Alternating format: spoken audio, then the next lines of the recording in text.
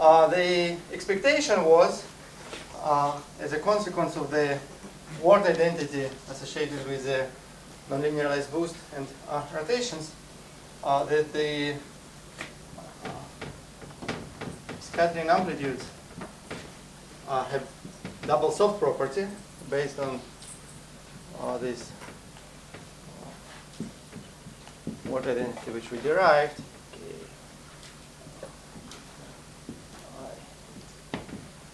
Where this K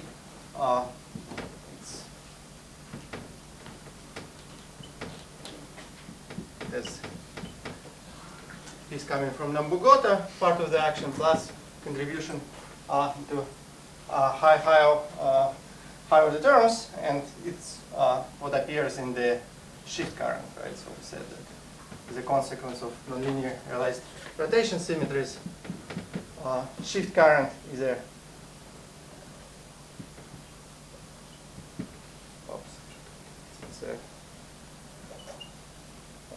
total derivative, and that led to this word identity, which the string is infinite. yeah, I'm considering scattering on infinitely long string, right? And So it's in the first equation, what is the I contracted with? I is the index of. So here, it's there is an extra soft goldstone with index I on this I. I goes from 1 to d minus 2 brackets. So yeah, I labels the transverse excitations. So it's direct analog of the soft pi theorems, but just there's shift current, which implies that the which is non-linearized, which implies that amplitudes are soft, which in this case it's obvious because there is derivative sitting on every x in the action. But in addition, there is a non-linearized rotation and boost, which imply this property that the shift current is total derivative, and then one expects double soft property of the corresponding amplitudes. And actually, the calculation which I sketched yesterday, it was a motivation to check whether there is any subtlety in this derivation.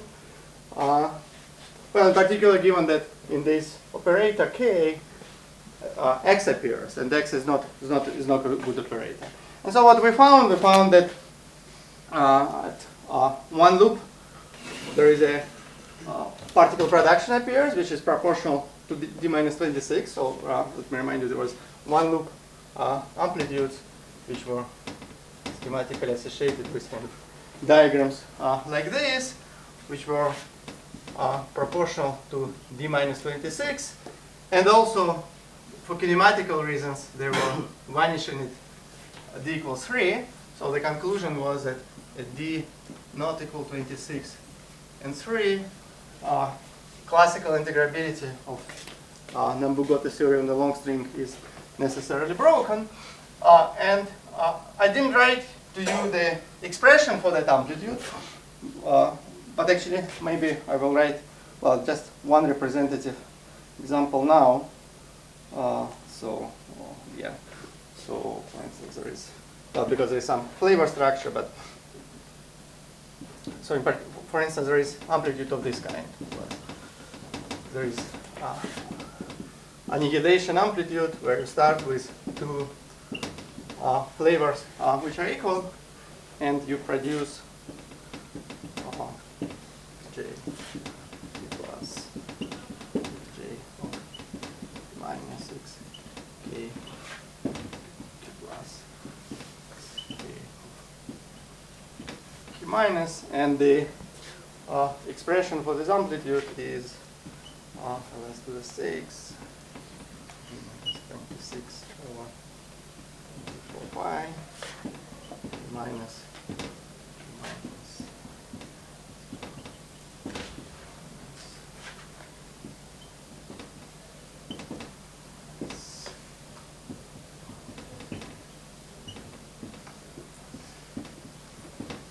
so it's somewhat long expression, and the only reason I'm writing it here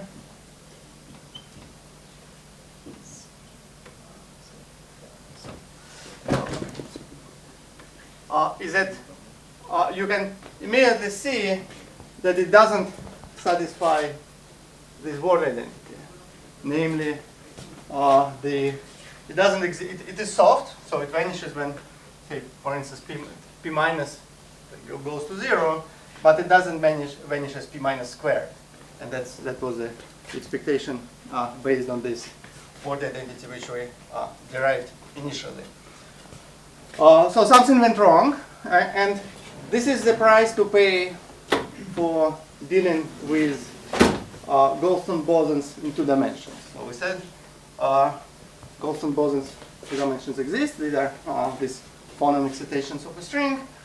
However, some of their properties get modified. So, for instance, this fact which I wrote here, if I were studying scattering of kind of Brannons of the excitations on the membrane in high dimensions, this conclusion would be correct. Those would be double soft. What happened here is the following. So the argument was that this k, that was a nonlinear part of the current, and hence there should be no singularities when momenta go to 0 on the right hand side. So on the left hand side, that left hand side came from this term in the current, and that term had a LSZ pole that would get rise to this extra phonon in the external state.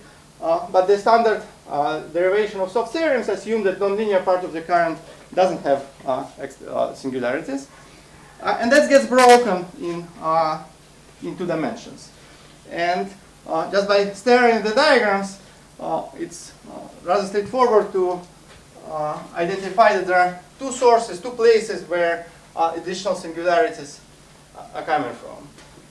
So let me draw these 2 kinds of diagrams and explain what I'm drawing here. So first, if I have, say, 2 left moving momenta attached, and so this blob here stands for the insertion of this operator. And so here, let's say I'm considering the limit when p plus is taken soft. So that p plus is the momentum carried by this operator. Then there may be diagrams like this. So what happens when p plus goes to 0, then necessarily, because both of these momenta are left moving, then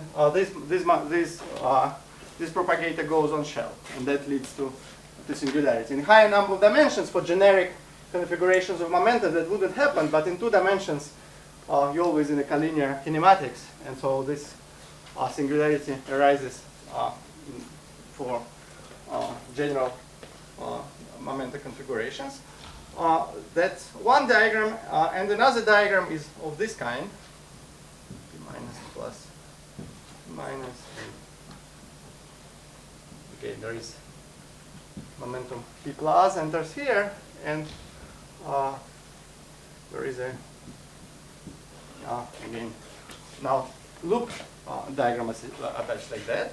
And what happens here is it's a well-known phenomenon in 2-dimensional quantum field theories. So in high dimensions, usually like the poles associated to 3-level diagrams and loops lead to cuts. But in 2-dimensional theories, you can get poles from loop diagrams, the so-called common term singularities. And so these diagrams, so again, what happened here when p plus goes to 0, then there is the momentum, there is light-like momentum entering in this loop, and this loop then develops pole-like singularity. And it is then straightforward to check that in all other kinematics, essentially, because there will be all these lines, they carry additional. So the only line which doesn't carry momenta, there is only a single line which doesn't carry momenta on top. And so basically, all other diagrams, if they have more lines attached to these vertices, some of these lines will have plus momentum, and that would be enough to tame the singularity. So there are already two classes of diagrams which lead to these IR singularities, and also they are only associated. So this addition to the shift current in principle is infinite series of terms coming from all terms in the effective action which we wrote, but only the leading cubic part of the current of this K operator, which is written here, which is associated with energy momentum tensor of 3 bosons multiplied by x.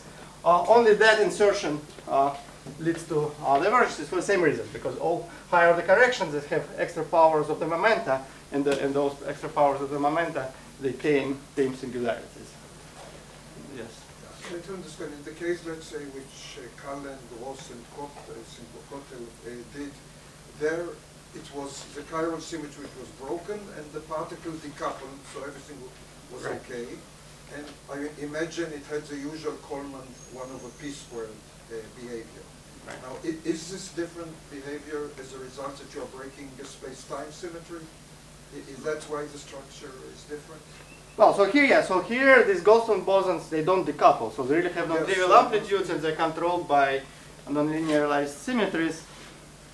Is it the reason that you broke a space-time symmetry and it's somehow different structure? Yeah, I don't see direct relation to that. Yeah, that's the only kind of counterexample which I'm aware of, but I don't know the argument which would directly relate the presence of these Goldstone bosons to the fact that they break space-time symmetries. Because also, well, from two-dimensional perspective, you don't need to think about this as a space. From two-dimensional perspective, these are just, well, they realize target space Poincare symmetry, but it's a two-dimensional theory. It's a certain concept. Yeah, I don't know the answer to that question. Can one show that it's necessarily really, you need some space-time interpretation like that to get Goldstone bosons. So yeah, we see there is a price to pay for having Goldstone bosons in 2 dimensions. There is the corresponding word identities there becoming somewhat non-trivial, but actually one can get also mileage from this. Namely, well, we said that okay, if d not equal 26 or 3, then classical integrability is broken by this universal particle, one loop particle production. But again, the starting point yesterday was, I told you, forget all what you know about string theory. And following this logic, if you did know about string theory, you may ask the question, okay, what are these? At d equals 26 and d equals 3, there is still room to have an integrable theory. So it's natural to ask, what is that integrable theory? And actually, so this fact which we just described here, will allow us now to derive the corresponding integrable theory, like the full corresponding S matrix. So let me sketch through this argument. I think it's fun. You're going to derive it nevertheless for generic D or just 26 and 3? Well, for generic D, we know it's impossible. So it's only possible. So the remaining 2 cases, it's d equals 26 or d equals 3. So there is a possibility to have an integrable model there. But this is not QCD space. Well, so far, actually, none of what we discussed so far, well, that was directly, well, it was low energy dynamics of QCD strings, and d equals 3, there is a direct QCD string in d equals 3 for d equals 3 Young Mills, but d equals 26, that's definitely not QCD strings. Yeah, but so it's not directly, what I'm doing now is not directly to QCD strings. I'm just pursuing this exercise as far as I can, partially also to convince you that, well, I'm telling you we're dealing with Goldstone bosons, and we derive these word identities, but I kind of want to illustrate that there is actually some use of that. So It's important for you to do it in this formula. In D equal 26, you could do it in just, critical spin field. Yeah, and we'll do it later, right? But well, as I said, I started from different initial conditions. I did starting as effective field theorists, and I think it's fun to derive same facts in different ways. What's B plus, B minus? It's light component or? Well, these are momental colliding phonons. Index stands for what? Plus or minus? Well, it's whether it's left mover or, Okay. or right mover. Right. So. Yeah, so actually, let me write it more specifically. So, well, it will be almost these diagrams. But so so again, now what we want to do, we want to kind of explore d equals 3 and 26 case. Well, there will be some novelty here because d equals 3 case is not covered by the usual argument. So we want to explore these two dimensions and to see what is there, if any, what is the integrable model which is possible. And for the theory to be integrable, in particular, so we saw that there are these non-double soft amplitudes which appear at one loop, which break integrability. So for theory to be integrable in d equals 3 and d equals 26, in particular, the non-double soft part of the amplitudes leading to particle production should cancel. And so let's write condition for these amplitudes to cancel. So for that, let's consider the process, well, exactly of the kind which I erased here. Well, actually, even simpler one. So let's take a scattering of a single flavor. I drop the index here because it will be the same index for all. So let's consider the following process: x of plus x of plus x of minus x of k minus. So if d equals 3, that's the only possibility which is there. There is only one transverse excitation.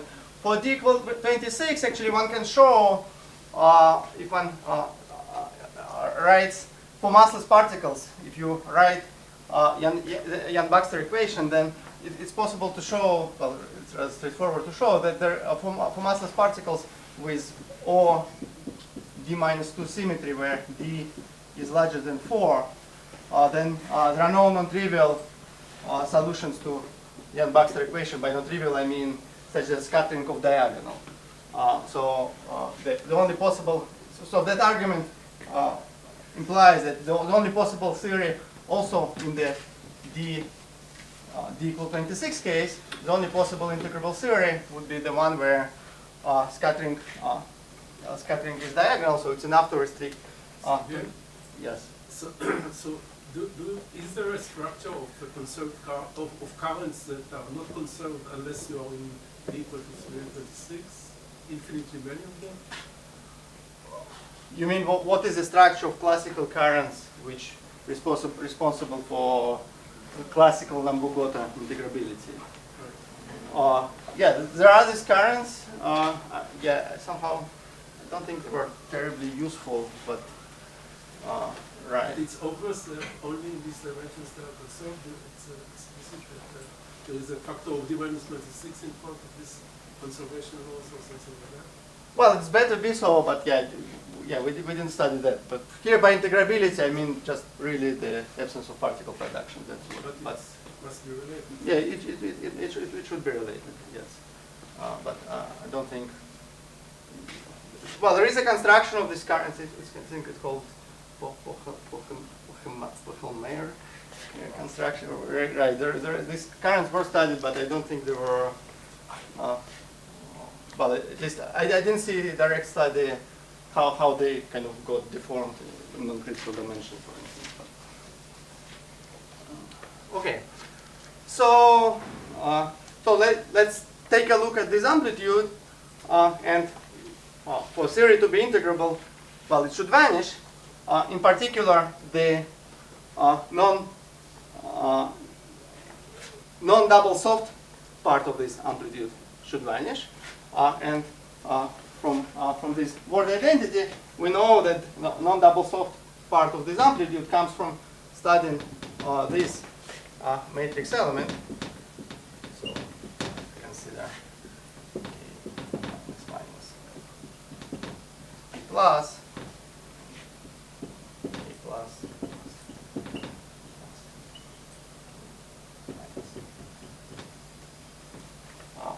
so I study matrix element of this operator in this external state. So let me draw the correct number of external lines here. So it's just 3, and I should have called this. Okay, so there are diagrams like this, and there are so here there is the particle amplitude appears, and here 1, 2, 3, 4, 5, like this, right? So here, well, this is 4 particle amplitude, and this is 6 particle amplitude appears, and so the singularity. Well, so in general, this is off-shell object. It's a matrix element of the operator inserted between these external states. But the singularity in both kinds of diagrams is singularity associated with contributions where, well, here where this momentum goes on shell, and here also it's associated with the cut with this loop, and both of these momenta goes on shell. So the non-double soft part of this matrix element, the singular part of this matrix element, which leads to non-double soft part in the amplitude when multiplied by p squared, associated with the singular part of the sum of these 2 diagrams, and that singular part. So schematically, it can be written. So in the first contribution, there will be two particle amplitude multiplied by some kinematical prefactor, which is obtained by evaluating the matrix element of that leading part in the shift current between three external states, and this blob really becomes the on-shell amplitude because this line goes on shell, and well, and there are actually kind of some of the three diagrams here. So there's depending on which momenta are attached to external lines, but schematically there is a contribution like that, and that's supposed to cancel with contribution where you have 6 particle amplitude, and again there is a kinematical prefactor, well, it's some different kinematical prefactor which associated with evaluating the singular part of this loop, which appears here, but it's kind of straightforward calculation now because again all what one cares in both cases is the leading part in the shift current. So one can do that calculation, and then one makes use of the fact that the integrability also implies, so if the series is integrable, then 6 particle amplitude is a product of 2 4 particle amplitudes.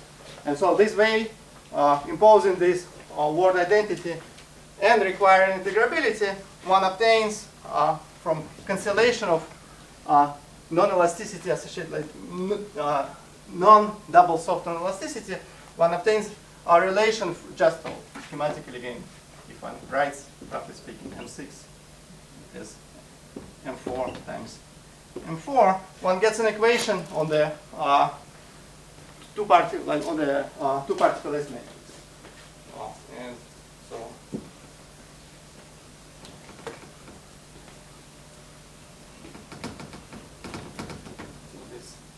this amplitude which appears here is what I was calling M4, that also can be written as 2s times to the I delta of s minus 1, where this is the phase shift, because this M4 was an amplitude.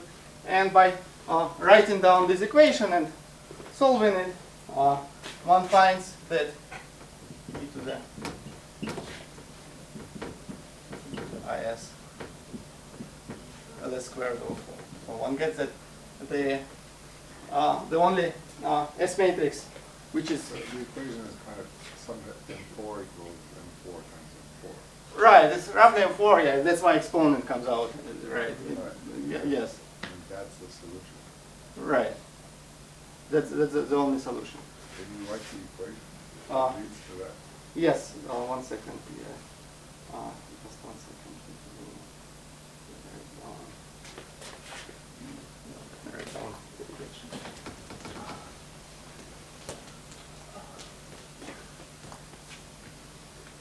So the equation is I 4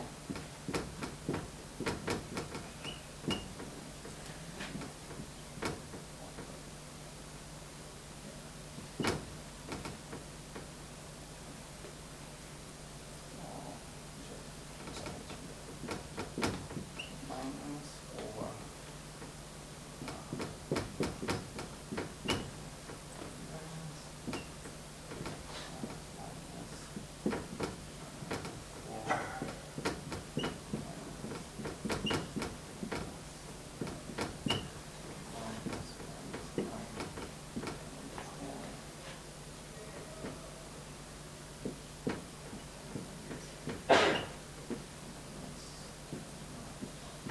minus, that's the left-hand side associated with contributions with from 3-level singularities. So that should be equal to I 4 minus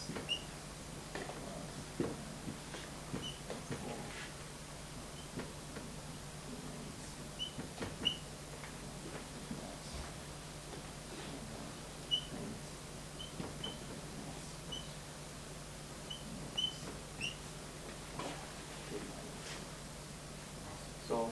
So that's the equation. Which one gets from?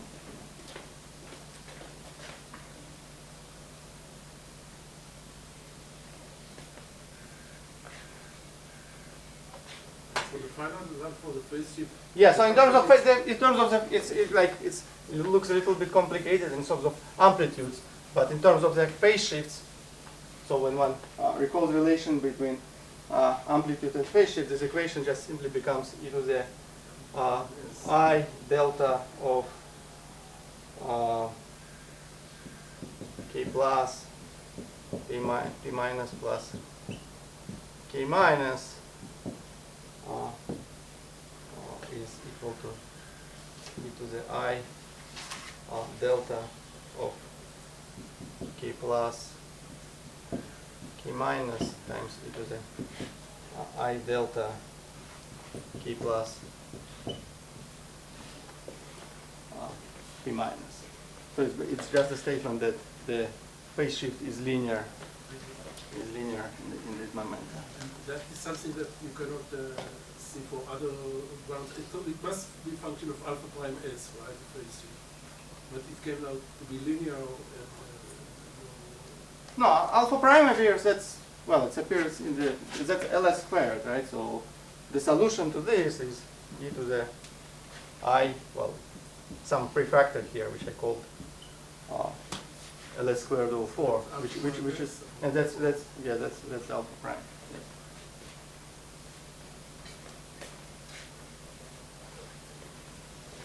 Yes.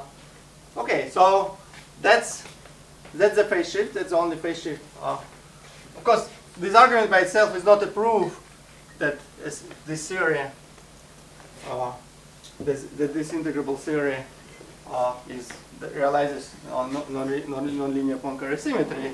It's a necessary condition, so it shows that the only phase shift which can be there, which is compatible with nonlinearized symmetry, it's of this form. Now, at d equal 26, we have other ways to convince ourselves that that's the correct phase shift, because, well, as was already mentioned, at d equal 26, we have a different formulation of the theory. We have a Polakov formulation of the theory, where we can solve the theory in different ways. So let me mention one way which will be important later, is the following. So when you have integrable model with, and you know it's a phase shift, then you can, well, there is a set of equations called thermodynamic beta ansatz, which allows to find the finite volume spectrum of the theory. And so if you plug this phase shift in this black box which calculates finite volume spectrum, then you find exactly the same finite volume spectrum which you get for, now I'm talking about d equal 26 case. And that's kind of initially, actually this phase shift was also derived, we'll applying the procedure backwards, starting from finite volume spectrum to extracting the phase shift from there. But following the logic which I'm following here, to recognize what the theory we have here, one can calculate corresponding finite volume spectrum, and that finite volume spectrum is the same as the finite volume spectrum of a critical bosonic strings in the sector with winding number 1, which exactly corresponds, kind of, as we said, the way to think about infinitely long string is to start with a string wrapped around the compact circle and taking circle size to infinity. So when we're calculating finite volume spectrum, we're recovering spectrum in sector with winding number 1. But by the spectrum, you mean the energy of the excitation valve, the winding, the energy of that string. Right, yes. That's one way to do it, but actually it is also instructive. So sorry, you do it here in your way, you derive what they would get in critical string theory easily, in your way, this is what you're saying? The statement is you take this S matrix and plug it into TBA equations, and as a result you derive the spectrum of the critical string. Or kind of in more modern language, well actually, so another way to say what this theory is, in modern language it's called now it's an S matrix which describes, well, if we talk about d equal 26, that this is S matrix which describes TT bar deformed theory of 24 massless bosons. And kind of, well, you can also, well, it's essentially the same. At the moment you don't have TT bar. Huh? At the moment you don't have any TT bar. Well, but that's just that S matrix definition of what TT bar deformation is. No, I know. Yeah, right. Anyway, so yeah, but ignoring TT bar part, but yeah, so there is an integrable model with the exact S matrix, and there is a procedure which gives you finite volume spectrum of that integrable model. You apply that procedure, and you get the spectrum of bosonic string in sector with winding number 1. But it is instructive to actually derive that S matrix directly using the Polakov formalism also to relate what we are doing as a sanity check to see that we're dealing with the same theory. So let me sketch how that goes on. So in the Polakov formalism, the theory is defined as a theory of gravity, where one takes the integral of the with a Polakov action, which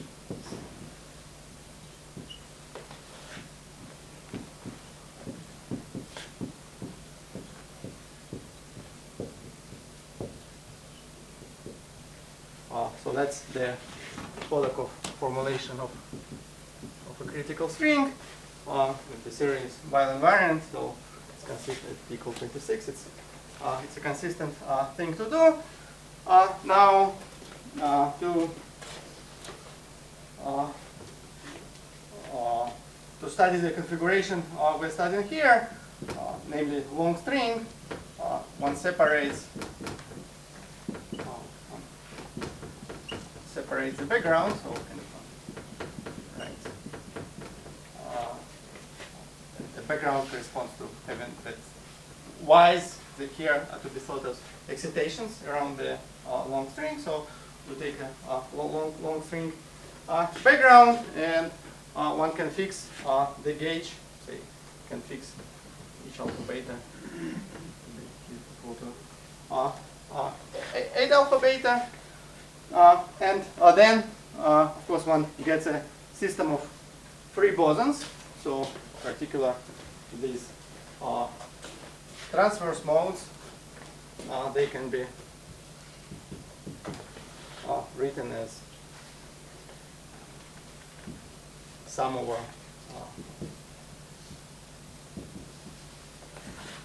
platonic oscillators.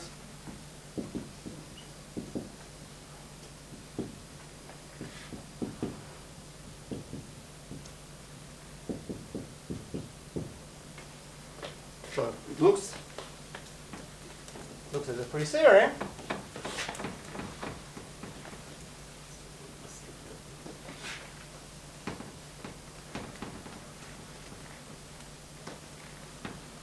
So they, well, and there are Virasoro constraints which will be important momentarily, which express y0 and y1 via these transverse excitations. Actually, let me write it down. So y minus and y plus is just these rules. Y0 plus y1 and y0 minus y1 in the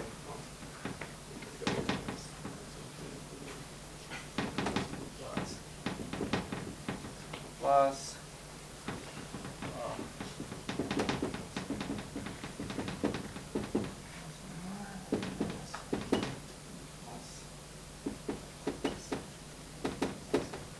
y minus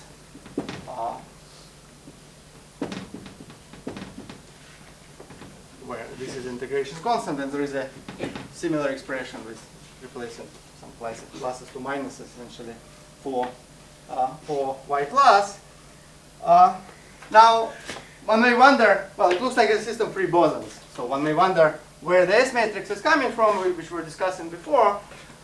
It's coming from the fact that, as we already said, this is a theory of 2D gravity. In the theory of gravity, you need to think about properly defining physical observables. And kind of the procedure which we followed before was to fix the static gauge, right? So we fix the gauge where y0 and y1 were equal to 0. So in other words, we're using as our physical coordinates, or as JAR people will say, as relational observables, we're using these x0 and x1. So basically, it's a very simple theory of quantum gravity, and kind of the main memory of gravity in this theory comes from the fact that to define kind of proper observables, you need to use relational observables.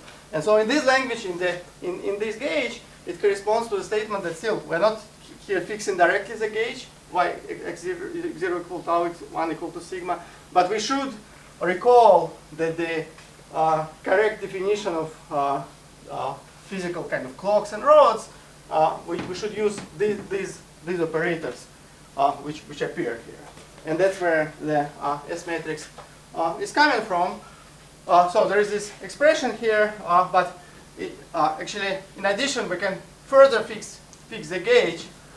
Namely, one can fix, basically one can set this y minus of sigma minus and similar integration constant which appears in the expression for y plus. One can set them to 0, which amounts to imposing this kind of condition, d minus y minus and d plus y plus is equal to 0, which is the analog of the light cone gauge condition, which is suitable in the presence of infinitely long string. So in the presence of infinitely long string, one can impose the condition, the usual light cone condition, but one can impose that analog of light cone gauge. So after one imposes this condition, then this term disappears, and also this term disappears. And so what one can recognize then in this expression, that y minus becomes kind of the integral of the energy momentum tensor of of transverse modes. So in particular, so still at intermediate times, that's operator, that integral is kind of it's non-trivial operator, but it simplifies when one takes the when one looks at this expression in the asymptotic region. So in the region, so one looks at y minus plus tau going to minus infinity, then this just corresponds to theta equal to 0, and when y plus minus tau goes to plus infinity, then what one gets here, if one recalls like some normalization factor here, then these coordinates, they become just the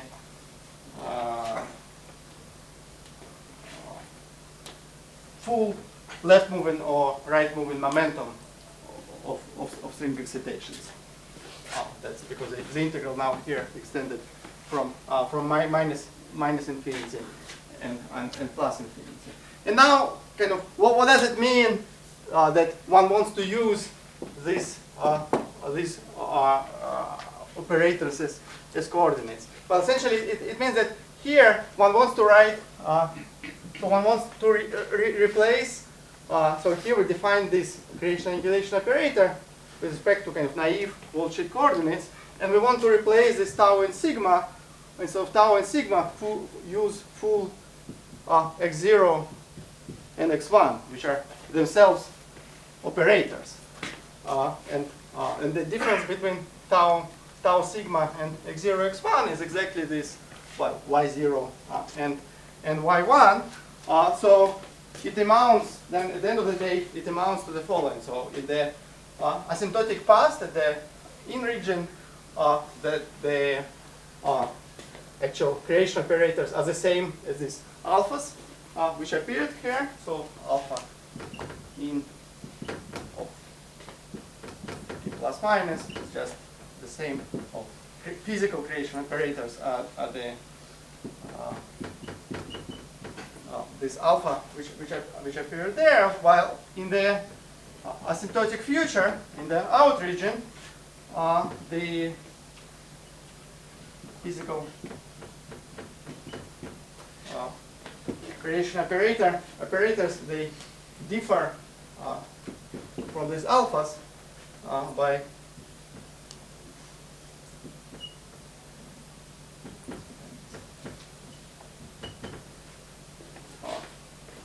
this phase, well, which is itself, so here P, like there's a different, P which appears here, just this P is the momentum corresponding operator, and P hat is an operator. So it's really a different operator. Well, and then one can just calculate S matrix by the usual rules. One takes the scalar product between in and out states, where out states are defined by acting with this operator on the vacuum. And then it's immediate to see then one gets this e to the s factor just from this thing which we have here. So that's how this S matrix arises in the protocol language. It really arises from remembering what are that we're using physical target space coordinates when we talk about this scattering on a string. Okay, so but also kind of that. So that proves that at d equal 26, that S matrix really one-carry invariant, because we derived it using the conventional quantization of a string. And incidentally, yeah, also that was one of the questions which was asked yesterday, how to see this breaking of integrability. So what goes wrong in 25? Yes, exactly. So, so what happens when d is not equal to 26? So when d is not equal to 26, what happens is that we cannot use this action, right? Because there is no wild invariance anymore. It's broken at the quantum level. And what we have to use instead, we have to use what's called Polchinski-Raman direction. Well, in principle, because again, what we're doing here, we're talking about effective strings. So in principle, the full action contains infinite number of terms, also higher dimensional terms. But to be able to use Polar coformalism, we should add one particular term, which would restore while invariance, which is broken at one loop here due to while anomaly, and this Polchinski-Raman interaction takes the following form. Yes.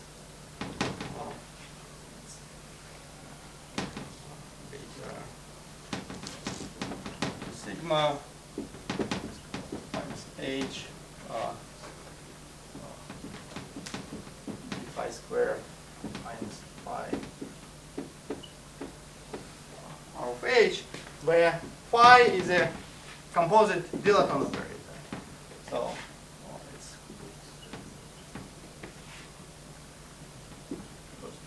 what we're trying to describe. We're trying to describe effective series of strings which doesn't have any additional light degrees of freedom, so we can have only x's in our disposal. But using x's, one can build this guy, which transforms in the under Weil transformation. It transforms in the same way as, say, dilaton in linear dilaton theory. It's not an independent field here.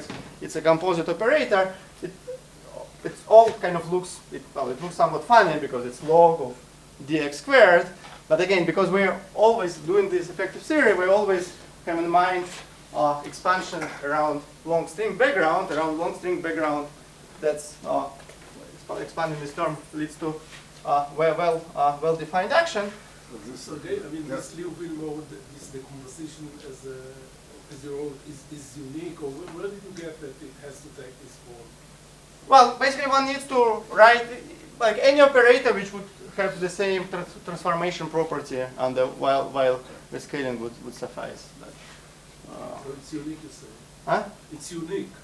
Well, you can add something. Well, it's the change in this operator. It amounts to change because there is still infinite number of high-dimensional terms in the action. So essentially, it's unique. At this level in derivative expansion, there is a unique term which we can write, which with the correct proper transformation properties. So other operators you could add that don't affect Weil invariants, which are higher. Right. Yeah. Higher than quadratic. Right. But define this expression will affect amplitudes at high order in the momentum expansion, but at the order in the momentum expansion, which corresponds to one loop calculation, which we were doing yesterday around Nambu-Gotar, there is unique expression. So its uniqueness corresponds to universality of one loop amplitudes, which we were discussing yesterday. Well, and actually, Sorry, but am I allowed to think about this as a wordsheet with higher genera? Because if yes, this would affect the string coupling. no, it's not. Well, So I should not think of any higher. Yeah, we work. just think It's all in JS equal to 0. We study scattering on the worldsheet of a long string. Is this known to be equivalent to what you get from the Nambu-Gotar? Right. So that's what I'm about to say. So what one can do now, so just to check that this is equivalent, one can actually apply so the same like this formalism. So far we derived this in the d equal 26 case. We derived this e to the s matrix. But here, what one can do, one can essentially solve Virasoro constraint again. Working it, so this beta, by the way, beta here is d minus 26 over 24 pi. And then what one can do, one can use the same Virasoro constraints which I erased here. So do the same gauge fixing, fix the gauge h alpha beta equal to h alpha beta, and solve for y plus, y minus as a function of yi at the leading order in beta. In principle, Virasoro constraints, they get modified due to the presence of this term. But to calculate these one loop amplitudes, which we discussed last time by working at leading order in beta. So what one can do, one can solve leading order Virasoro constraints and plug the result, like the result in expression for y plus, y minus via yi's in here. And that becomes a generating functional for one loop amplitudes, which one calculates in Nambogota language. So I already told it yesterday, but now I can write explicit expression. So Do you get the d equal to 3 also here in this formulation? 1 second, yeah. Right. So after one does, well, essentially, after one does this exercise, after one solves Virasoro constraints, removes y plus, y minus, then explicit this phi becomes becomes minus 1/2 log 2 minus plus yi d minus yi plus 1/8 d plus yi squared d minus yj squared. And then the claim is that what's written here, well, really, well, we fix the gauge h alpha beta equal to 8 alpha beta, so this term is not there. So really, like, just d phi squared. So this action is a generating functional for these universal one loop amplitudes which violate integrability. And well, we checked it for 2 to 2 scattering, 2 to 4 scattering. That it works, it reproduces the correct amplitudes. So that's kind of relation of this Palczynski-Strominger term to direct Nambogota calculation, which we discussed last time. Now coming to Kobe question. So when there is only one flavor, so it's easy to see because the structure, if one expands this functional, Palczynski-Strominger functional, it takes this structure. So there is kind of one extra derivative acting on. So all the terms which one get, they have this structure: d minus squared y, d minus y, d minus y. And so if there is no flavor, then if all flavor is the same, that's what's written here is the same as up to coefficients is d plus of d plus y, like to some power times d minus y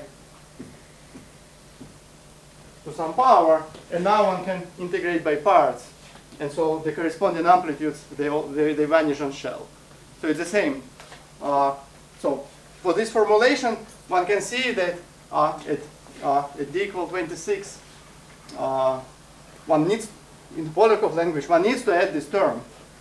So this term is really needed, but the universal amplitude which break integrability, they do vanish on shell. So could you alternatively start with a real action Polakov without, and then look at a long string and that formula?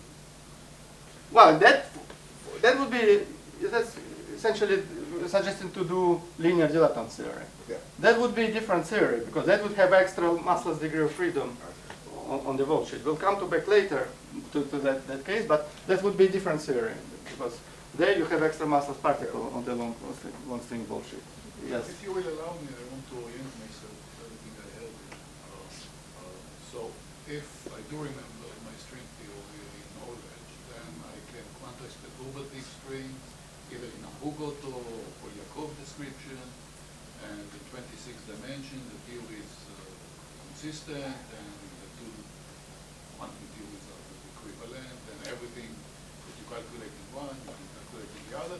Now you want to restrict yourself to a certain sector of the theory that amounts to a string winding once around the circle and calculate all sorts of things in that sector, and whatever I will calculate in my way is bound to agree with what you calculate.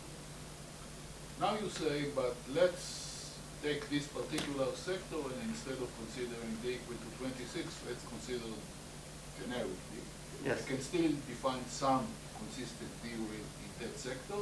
It will not arise from the perturbative string theory, but it has some nice interesting properties that I refer to as the QCD string properties. Am I with you on that? Yes, yeah, you're with me, right, yes, yes, Yes, okay. yes. To the number one direction, there aren't any terms that you can add, or you should add or something? What do you mean? I mean, you just said that if I have the Fourier conversion, then I have another terms that are consistent with the symmetry, etc., and I should add them in order to calculate some other stuff. With the number one direction, calculate something other terms? You mean these terms? That's it. Yeah, so in yeah, these are terms which we discussed also yesterday, right? In Nambu-Goto term is just leading order term in the effective action, and there are high order terms, right? In both languages, that's the same. Yeah, yes. So, right. So D equals 3 case. Well, actually, so what we did so far, we showed that if you work in D equals 26, you can proceed one way or proceed the other way. And as expected, you get the same results.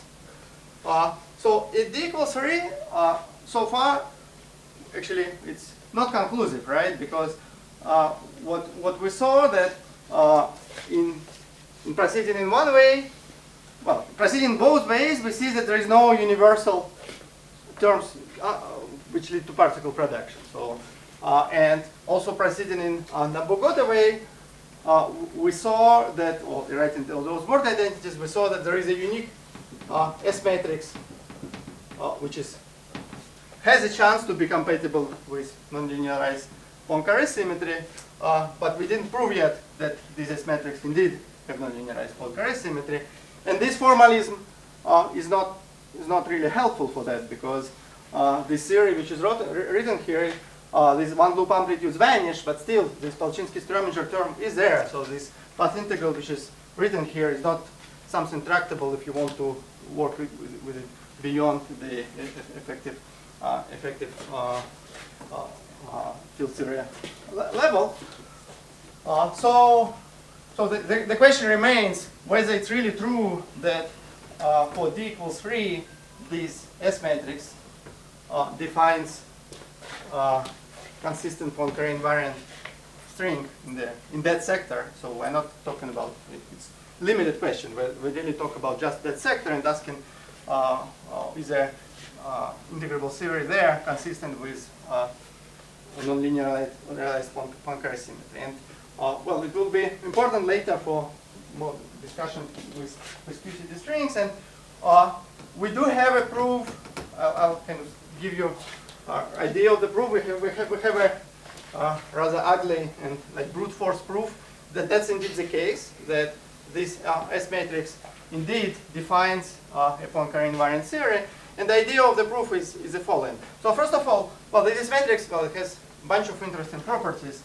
Well, so it has very simple physics, right? So the physics of this S matrix is that there is time delay for scattering, which is proportional to the collision energy, right? Because the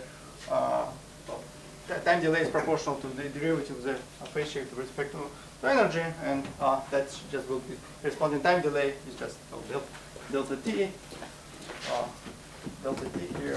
something like e to ls squared, and that's in some sense that the most basic defining property of relativistic string, because for relativistic string, when you consider excitation of energy, E is the same as to say that it's the proper length of a string gets larger by exactly this amount. And so if you just calculate classical time delay following from, if you can have two bumps on the Nambu-Goto string, and you calculate classical time delay which they experience as they pass through each other, you get exactly this formula. So the physics of this time delay is very simple. And actually, yesterday we heard nice colloquium by Nati about UVIR connection. He mentioned one example is just theory of gravity, where you have large energies and you start probing large distances by producing large black hole. This is really the baby version of the same phenomenon. When you consider long scattering excitation of a string, high energy excitation corresponds to making string longer. That's another indication that we talk about theory of gravity here. So this is the physics of this phase shift, and it has another remarkable unusual property which it have, that, well, exponent, because when we work with effective string theory, we work perturbatively in the energy expansion, right? So we're expanding all amplitudes, we're expanding them in energy, and exponent has an infinite radius of convergence. So which tells us that this amplitude is really just given by the sum of Feynman diagrams. There are only perturbative contributions here. Then the idea of the proof which we have that it equals 3, this amplitude indeed corresponds to theory with nonlinearly realized Poincare symmetry is the following. So basically we have shown that well, if one passed one, because there was a special property of one loop order in derivative expansion for Nambu-Goto, that there are no counter terms there. So whatever you get at one loop, there is nothing you can do with that. It's universal because there is no counter term you can write. But then we have proven inductively that beyond one loop, if you get to certain order and the series stayed integrable, and then you do calculation and you at next order in loop expansion you get the result which violates integrability, then we have proven that there will be always a Poincare invariant counter term which you would be able to add here, which would cancel that particle production. So we have inductive proof that indeed, because it equals 3, this one loop particle production vanishes. There is an inductive proof which shows that there is a iterative procedure which would allow one to write action which is Poincare invariant and which would reproduce this amplitude. So I have a question. If you take that SL squared over 4 is 2 pi n, then there is no phase shift, right? And it has some similarity to the location of the classical rigid trajectory. I don't see the intercept here, no, because you have that alpha prime s will be equal to an integer. Well, yeah, not sure. Yeah, what is the relation? Was it direct relation with? This is two-dimensional S matrix. Well, but there is some special property when SL squared is 2 pi n, right? Well, essentially, you may think about this phase shift. Well, it has a bunch of interesting properties, but in particular, so it doesn't have any singularities in the complex plane, right? So it only have essential singularity at infinity, which indicates that this phase shift is not a phase shift of conventional local quantum field theory. So in particular, there is no UV fixed point corresponding to this RG flow. But if one looks at the spectral density, then there is infinite number of bumps in the spectral density. So you may think as this phase shift kind of describes, there are no resonances as poles on in the complex plane, but if you look at the spectral density, you see that there is infinite number of kind of broad resonances appearing here, and that's, I think, related to what you are saying here, right? I would like to ask you about this avatar to UV-IR mixing. Right. But you already ab initio are in a long string sector. Right. So what else could have happened at high energy? I mean, Well, but I'm studying scattering on that long string. I think it's a close relative of the examples of what Nati mentioned yesterday. He mentioned little string theory, right? And that's a little bit like that. It's even simpler version of that because I kind of took Gen, I taken GS to 0. I removed gravity the way we kind of G Newton sent to 0, right? In the usual gravity gets removed, but. I guess little string theory it arises on the world sheet of NS5 brains or something like. And here I'm just looking at the scattering on the fundamental string, and this is a world sheet scattering which stays. It's very closely related to Yes, that's ways that will show. right. So I think it's a close cousin of There are examples of string theories that are this type. right. but yeah, I'm not sure I really answered your but yeah, here high energy, I just started scattering on the long string. In fact, you didn't mention properties of the spectrum, but the spectrum is target. So the spectrum is a target on spectrum. Well, it's the usual spectrum of a string, right? Right. Okay, so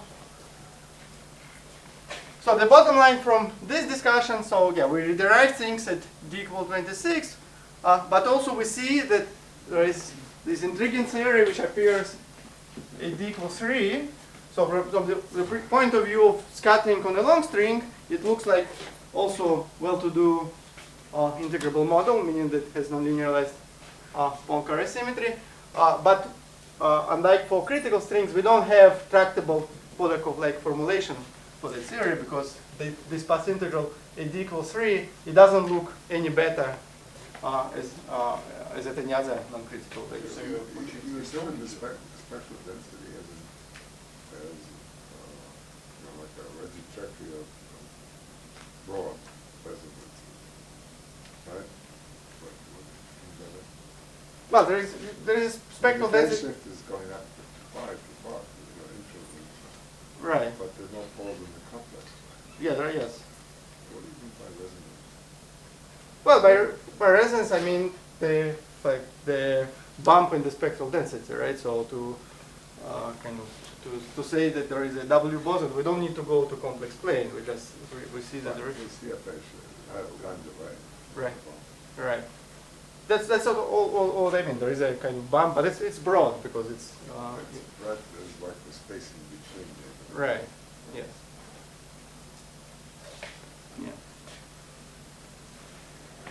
Yeah. Okay.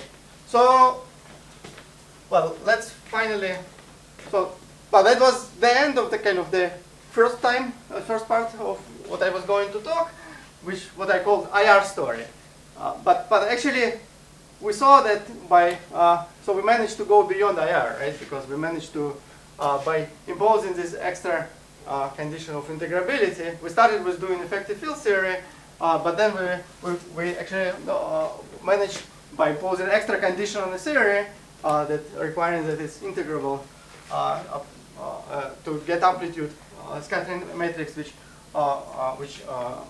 works well at all elements. So we got in that sense we got UV description of the theory.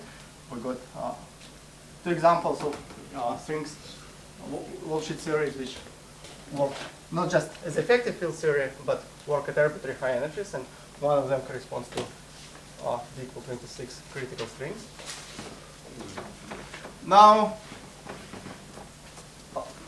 let's get back to QCD strings. And well, it's something which I already briefly said yes. But first of all, let me be a bit more precise what I mean by QCD string. So we said last time that for me, a string will be, well, just having a string-like object, right? Meaning that I'm talking, I'm effective field theorist, and I have having a string. It's the same as to have a spontaneous breaking of Poincare symmetry to 2-dimensional Poincare times transverse rotations. Well, in QCD case, we have somewhat better, well, different definition.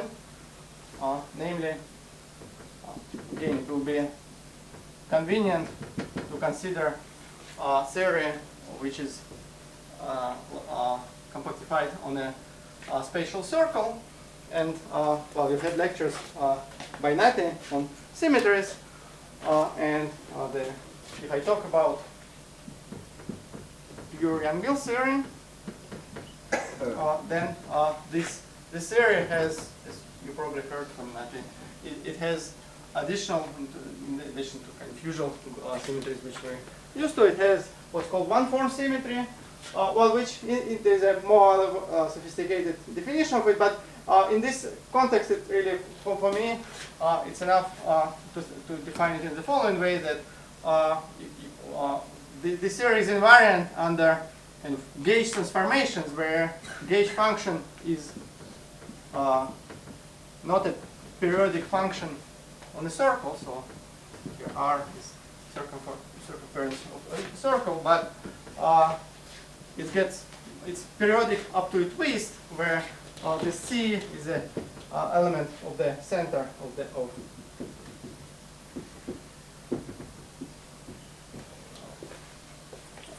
my gauge group. And well, the fact that it's not a periodic transformation tells it it's not a gauge transformation, but it leaves action invariant. So in Poiseuille compactified on a circle, that becomes a conventional global symmetry, which is called center symmetry, and the objects which carry charge under the symmetry. Well, this would be CK, so it's Zn global symmetry, and the objects which are charged under the symmetry, they correspond to states which are created by operators where you take conventional Wilson line, but you wrap it around these compact circles. You take operators of this form, potentially with you can insert some power field strengths here, and operators like this with winding number 1, they carry a charge 1 under this center symmetry, and these are the operators which produce what I call a long streak sector for me, and I mentioned yesterday that one part of the story about QCD strings, that we do have lots of experimental data for them, and this experimental data comes from lattice simulations. Namely, what one does, well, in general, what one does on the lattice, one measures 2-point functions, like calculates Euclidean path integral. So one measures 2-point function of particular, one measures 2-point function of different operators where so here I think about this direction as time direction, and the typical lattice calculation corresponds to calculating the set of observables like this, and they can be written as a by kind of inserting the complete set of energy eigenstate here. This 2-point function can be written as a function of exponents, where these ends, these are states which appear, so if this is a vacuum state, these are intermediate states which have non-trivial matrix elements for operator O between vacuum and the corresponding state. And then kind of what lattice QCD does, it measures lots of correlators like that, and by looking at these correlators, extracts the corresponding energies. So in particular, if I consider operators like this, which wrap around the circle, the presence of the center symmetry guarantees to me that kind of I always I should this winding number is conserved, right? So that I should have, if I had string in the beginning, I should have string at the end. But in general, there will be mixing between state like that and multi-trace operator. So I may take operator like that and multiply it by, say, usual trace f mu squared. That's kind of typical operator which would produce a global state. So there is a mixing between states with a single long string and the kind of additional global state. Well, nevertheless, that's what lattice people do, and what this calculation gives to us, it provides the finite volume spectrum, energy spectrum of the Wolchitz theory, which we were discussing on as a function of R, and in principle of additional global states. But then something very interesting happens when we take NC to infinity limit. Namely, and NC to infinity limit, the mixing between single trace and multi-trace states gets suppressed. So one gets that limit corresponds to a situation when the sector with essentially this sector, this single trace sector separates from everything else. And that we arrive at the picture which I already drew last time, but let me draw it again. So as a function of energy, I have now two scale. There's energy corresponding to the lightest global mass, which is for the inverse string scale, and then there is energy which is given by n times that value, n times, well, this is also for the lambda QCD, n times that, and so when I study long string dynamics, now the so at energies below this scale, I have weakly coupled description of a theory in terms of non-Bogota action plus high order corrections. That's what we discussed last time. So, and that's 2D theory.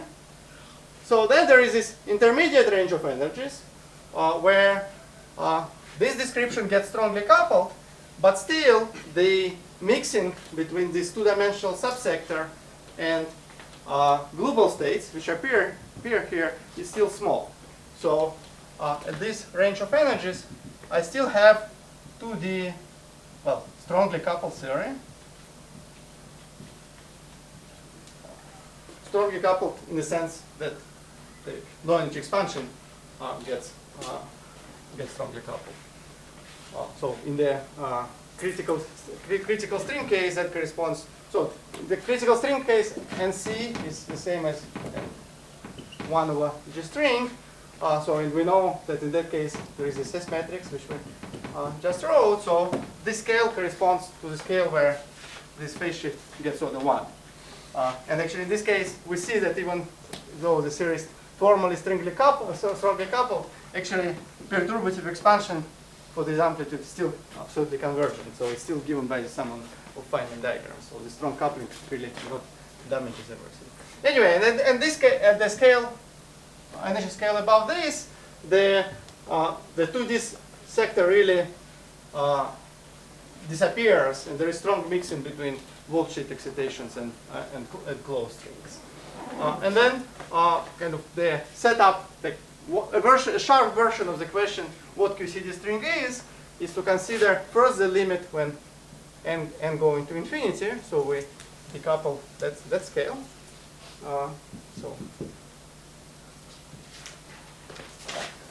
And this way one gets a theory, two-dimensional theory, which is defined at all energy scales. And the question is, what is this theory?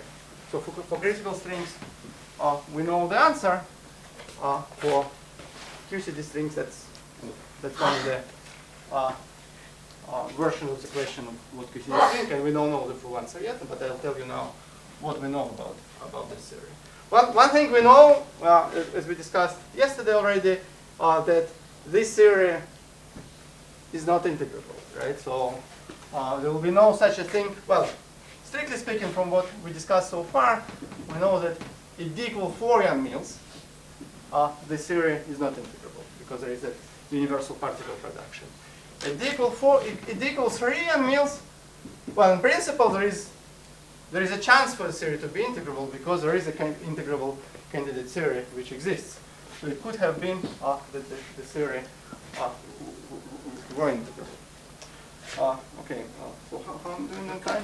Can you understand the fact that suppose that you start in 4-dimensional and 2-dimensional reduction, you start with a non-integrable theory and suddenly it's d equal to 3 becomes integrable from the point of view of Young Mills, it's not obvious at all, right?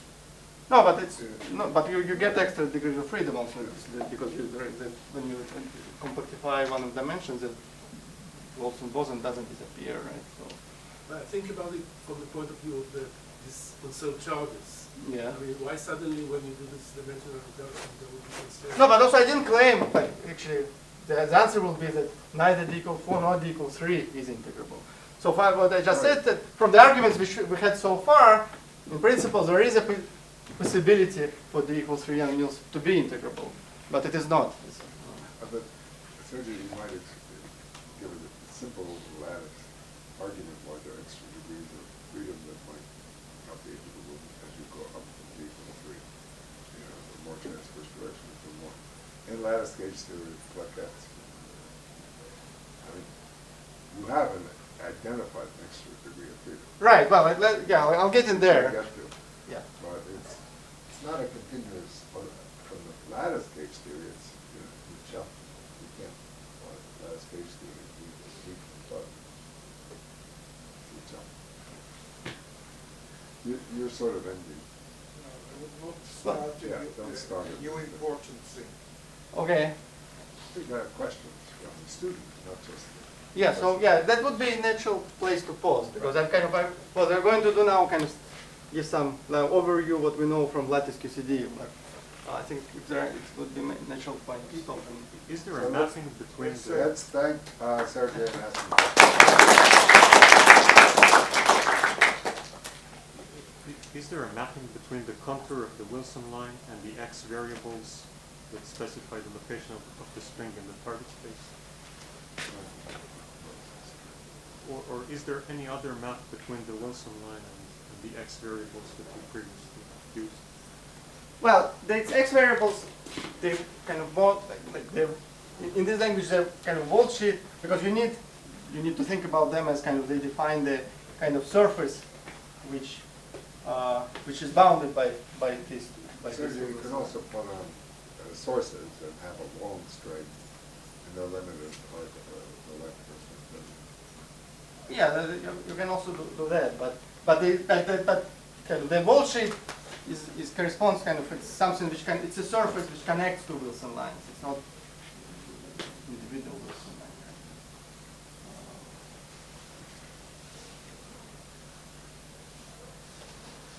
More questions? Yes. So in both in the number one of effective action and the Polyakov, the first higher root of correction is the coefficient 6. Right. Yeah. But there should be additional sectors with free Wilson coefficients. Yeah, so all high, yeah, there is one universal term. Well, and Just one of them. well, it's really, in both cases, I think the better way to say it's not a kind of correction. It's really just one loop contribution which is universal. In the Nambugota, it's just manifestly, you just do one loop calculation, you have contribution to amplitudes, and there is no non-trivial counter term which you can write. And in the Polyakov formulation, again, it's just to make sense of the path integral, you need to add, it's really part of the definition of the integral measure, so it's not, yeah. But beyond that, there are infinite set of non-universal high-dimensional operators which one can write, and I'll mention, like, well, there are ways also to constay something. Well, first, you can extract information of those operators from lattice data, but also there nowadays people basically the idea is that you can study this scattering on a long string using bootstrap methods, and you can constrain these operators by using S-matrix bootstrap. So there are constraints on those coefficients which one can get. But it's the same in both languages. Both languages are really two different gauges, but there is one-to-one map between calculations which you do in both languages.